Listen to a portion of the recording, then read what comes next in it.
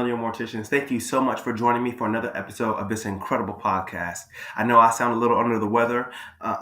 The weather is changing in Virginia suddenly, and so I'm feeling a little bit sick, but I should be good by next week. If I had the opportunity to meet you at NFDA in New Orleans, it was an absolute honor. So many amazing products, gifts, and talents. I was able to connect with fans of this incredible podcast. Thank you guys so much for tuning in. It was an honor meeting some of you all.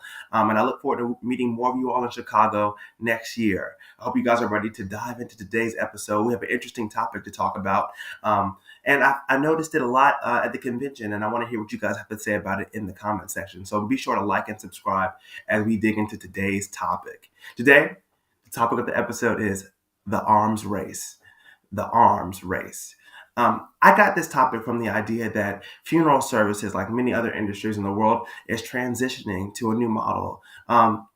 Traditional funerals have been popular since the beginning of time, and now cremation is starting to become more and more attainable to more people and more popular. It is extremely popular right now, and I think it's the way we phase it in. We've introduced it to families. People have begun to get comfortable with it, and they're familiar with it. And so you're always going to be more comfortable with something you're familiar with. But the arms race happens to be an interesting part in the funeral home. I think it's starting to take over in the back of the funeral home where the embalmers are. So if you're getting your license in embalming and funeral directing, this episode is really going to be for you. Since more people are just doing traditional cremation or they're doing a service followed by cremation, the arms race to find good embalmers is slowly increasing. I'm telling you, it is so hard to find a really good embalmer in your area. And funeral homes are willing to fight for you, to hire you as an intern, as an apprentice, to get you in the door. And they're offering pay, great, extremely great pay. They're offering health care for their employees. They're offering incentives, cars, some even housing. I know some funeral homes in my local area that still do that as well. So there's an arms race to find the best of the best people. And so, why look any further? My audience, you guys, are the best of the best, or are gearing up to be the best of the best in mortuary schools and so on. As you dive into this career and dive into this industry, you'll realize that there is an arms race for you. People need you. And people need us because we have an interesting job in the funeral home. We are the go-to person to work on bodies in that funeral home. We are the person, we get called any time of day. It can happen at any time, and we are that person that has to go in and embalm. And that's just part of the calling. It's part of the job that you have to do. And since more and more people who've been in the industry are getting ready to retire or gearing up to retire and so on, people are starting to not embalm as much or become comfortable letting other people embalm for them. And so you have there a dilemma of what are you there to do? If you have a license in both, economically, it would be better for you to embalm them yourself. That would save you the most time, the most energy, and the most money. In your book, but not everybody has that capability. And some people just don't want to embalm anymore. Some people just don't like to embalm, and that's understandable. You can't force people to do anything that they don't want to do, especially in this business, because you have to have your heart in it and you have to be hyper-focused. Because I had a good friend of mine at the convention tell me that this is an unforgiving business, and that it is. It is very unforgiving. And the fact that any mistakes you make, you have to answer to those mistakes.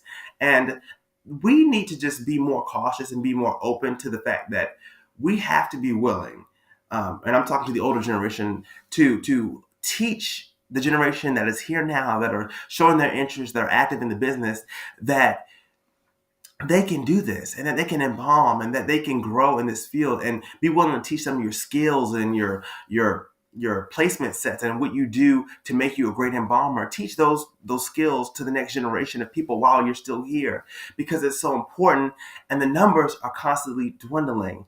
And so now you have people going around here making tons of money because they have perfected the skill of embalming. And embalming, I've heard it said recently, as a dying art. And I don't believe it's a dying art. I think it's an art that just needs to be repositioned in a changing environment. And this is the first time in a long time, I think, that as professionals that we've had to gear up to reposition ourselves in a way to make embalming that thing again.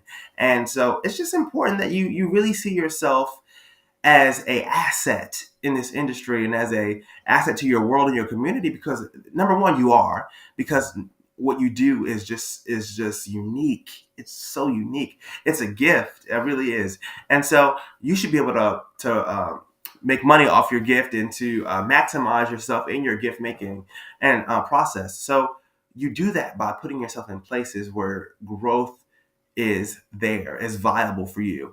And maybe the place you're at right now, it's a good start, but maybe you have other plans in the future to expand your growth or expand your knowledge or expand your wisdom. And the best thing you can do in the arms race right now is invest in yourself. Read books, study, go to seminars, go to great, amazing conferences like NFDA, where you can meet people from all over the world and learn about different cultures and religions and how people do funeral services in different parts of the world. That's a great way to get your foot in the door, to get your foot wet in what we do. But I'll say this, in this arms race, it's so important that you invest in yourself, guys.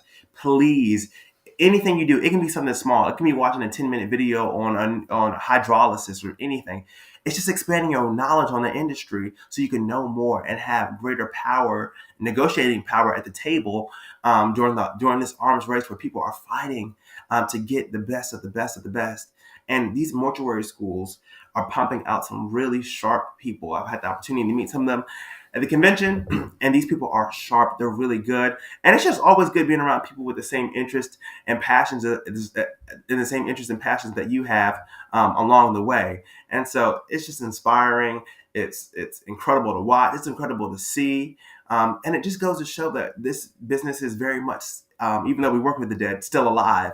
And that there's people out here that are going to do some great, incredible things and change lives for people. Because that's what this industry is about. It's about changing lives, changing minds, and really restoring hearts of people. And if you can do that, oh my goodness, you'll be an unstoppable force to be reckoned with out there. And hear me out. Don't let anyone tell you what you can and can't do. It's possible. I know mortuary school is challenging. I know working in the funeral home sometimes can be demanding and challenging, but you can do it. Don't let anything stop you. Don't let anyone tell you, hey, I had to go through this, or hey, it's extremely hard. If it was easy, guys, everyone would be calling themselves morticians. Everyone would be calling themselves funeral directors. So the fact that you have to work towards something it makes it so much more worth it, because you're active in it. And you're participating and you're learning and you're engaging. And what you're going to start to see is funeral homes that don't evolve, that don't change, that aren't willing to upgrade and put in those new innovations and those new skills and integrate new technologies that are in our world. They're not going to have the best talent. And the talent they do have, they're going to go to other places, because nobody wants to feel like they're behind in anything. I know being behind on a homework assignment scares me, or knowing that one's approaching or coming up, that alone makes me nervous. And so what you're going to start to see is self-evaluation. One thing about our generation, our millennials, is we're going to self-evaluate the situation. We're going to see, are we in the best place? Are we in the best predicament for ourselves? And we're going to put ourselves in a place that's going to win. And that's one of the things I like about my generation. We're not scared to take the risk and jump, to learn, to research, to delve into, to use technology to make the process easier, make the workload easier. Every generation, I feel like it's our obligation to build on what we already know, the knowledge and the power that we've been given, and to make things easier for the next generation to handle this. Because as you can see, this business stops for no one, not even me. And so everything's constantly evolving and changing, and you have to have a good footing in what you're doing and have good skill sets. And embalmers out there, listen to me. Your skills are worth something. Not everyone wants to embalm. Most people want to funeral direct, who like working with people, but some embalmers just don't like working with people. Me, personally, I like both. I love it. Every bit of what we do in this business. I love it all. But you guys have some serious skills back there. And so now's the time to evaluate yourself, evaluate what you know, what you can do, and see, is it worth it for me to think about doing so-and-so or so-and-so?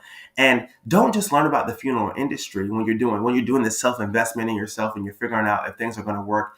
Do it in all types of industry. Do it in real estate. Do it in finance and investments. Put that, if you decide to open your own funeral home, under your umbrella of your business and see what comes out of that, because the funeral home is just a piece of the many things that you can do in this business. And real estate is a great one. That way you just have other footing and other ground around you when slow seasons come about. We're picking up now in the fall, as you guys know. This is the time of season where we do get extremely busy, and so I know people are gearing up for that. But that's the end of today's episode. Thank you guys so much for joining me. It was great seeing you all at NFDA. Be sure to check out my special episodes with Press Floral and Tukios. Incredible millennials out there working for these great companies. And be sure to check out my pictures with Funeral One. I love those guys, those flowers every year. I happen to see them out there. It was great seeing you guys and talking with you guys.